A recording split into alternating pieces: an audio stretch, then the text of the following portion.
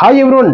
జాగృతి అధ్యక్షురాలు కల్వకుంట్ల కవిత మరోసారి hot comment చేశారు. టచ్ లో బీఆర్ఎస్ నేతలు ఇది చాలా పెద్దది, కొత్త పార్టీపై ఇంకా నిర్ణయం తీసుకోలేదు అని వివరణ. రాజకీయాల్లో ఎవరు స్పేస్ ఇవ్వరని తొక్కుకుంటూ వెళ్లాల్సిందేనని తెలంగాణ జాగృతి అధ్యక్షురాలు కవిత అన్నారు. కాంగ్రెస్ పార్టీలో చేరే ఆలోచన తనకు లేదని, కాంగ్రెస్ పెద్దలు ఎవరు తనకు ఫోన్ చేయలేదని స్పష్టం చేశారు. తను కాంగ్రెస్ లో ఎవరిని అప్రోచ్ కాలేదని క్లారిటీ ఇచ్చారు. తనతో టచ్ లో ఉన్న బీఆర్ఎస్ నేతల లిస్టు చాలా పెద్దదని వెల్లడించారు. కొత్త పార్టీ పెట్టాలా లేదా అనే దానిపై ఎలాంటి నిర్ణయం తీసుకోలేదన్నారు.